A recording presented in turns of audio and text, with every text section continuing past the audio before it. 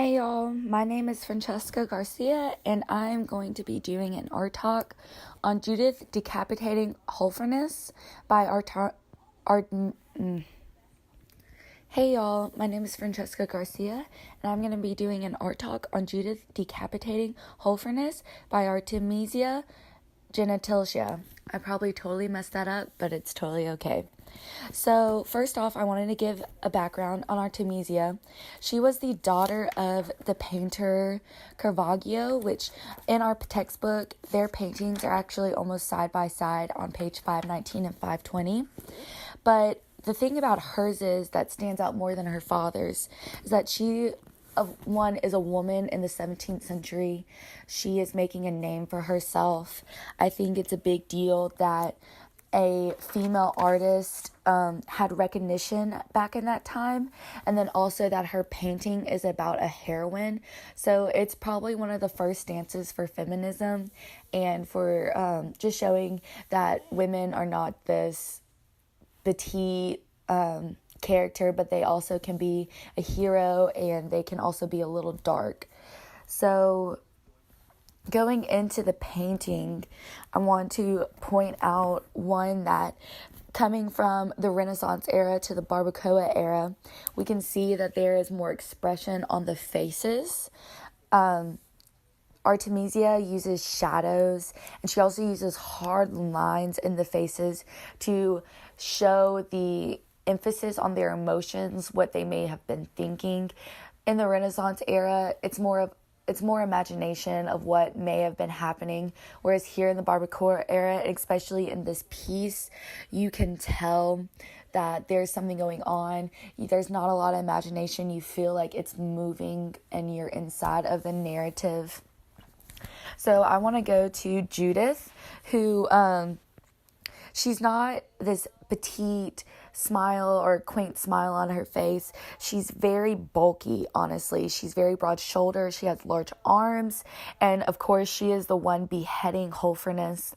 I think the way that their bodies are positioned, you can tell that she is holding down strong his head. And then also she has a very determined look on her face.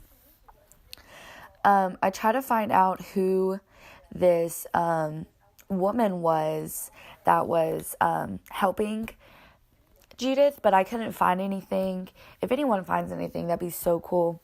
But she also has the same stature as Judith. I think she may have been a maid that just felt the same cause. But one thing about Holofernes that I see is that he's struggling, but you can tell that he can't overpower the women. And especially with the darkness, there's no background really. You can tell that he's in trouble. He's dying, and there's not a lot of bloodshed, but there's just enough. I think especially the satin blanket helps with depicting that, hey, he's bleeding out. She's decapitating him.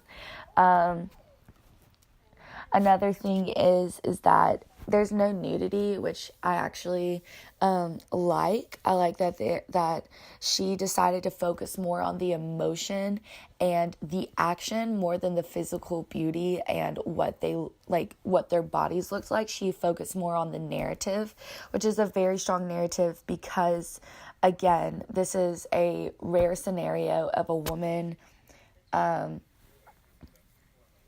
leading and of a woman painting. One more thing is that going back to Artemisia, this is said to be a depiction of revenge for rape. It said that Artemisia painted and was so fond of this story because she had so many bad experiences with men back then. And so she did this out of revenge, and she also did it out of courage. Now I want to go into the comparison of her father's painting and of her painting. So one, I want to talk about the women. So Judith in Caravaggio's is seen as a petite, innocent woman, and the maid is not helping at all. She's kind of just watching, and she's very old, very crooked. They're also standing far away. They're not even holding him down, really.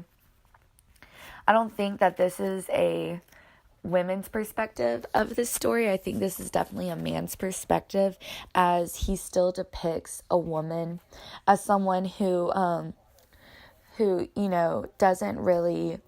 isn't really ready to get their hands dirty. But in Artemisia's, both of the women are totally full in on the beheading and are trying their hardest to struggle and pull him down. Another thing is that Caravaggio's is really light. There are a lot of light colors. Judith is wearing a white dress. The sheets are white. He still has the style of a dark background, but it's still very light. There's a lot of light on the faces, whereas in Artemisia's it's super dark, whereas Caravaggio's the background was a crimson red, and in Artemisia's the background is black. I think again this goes with how Artemisia was putting this with her experiences and how she was feeling while painting this about her past, and so she wanted to reflect that inside of the painting. That is all that I have for my art talk.